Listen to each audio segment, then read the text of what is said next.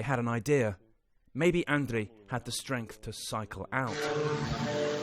So they attached an electric bicycle to a drone like this, moving it slowly, perilously in pieces to the front. It was dropped to Andrei whole, and then, remarkably, he cycled out. Я думав, або пан, або пропав, або доїду, або не доїду. Я вже просто їхав в одну сторону. Що буде, то буде. Доїду добре, не доїду, то так і буде. The Ukrainians had tried to ensure the skies were free of Russian drones, but that wasn't enough. Andrei hit a landmine.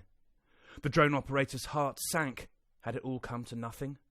But then this tiny figure emerged, limping out of the smoke, somehow alive, walking on, his bandaged leg visible.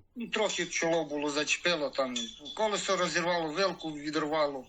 Мені нічого не було. Я просто упав на бік та й все. Greeted by a Ukrainian and helped into another bunker, where he had to wait 2 more days for rescue. Necessity is the mother of invention in Ukraine, but nothing can beat luck.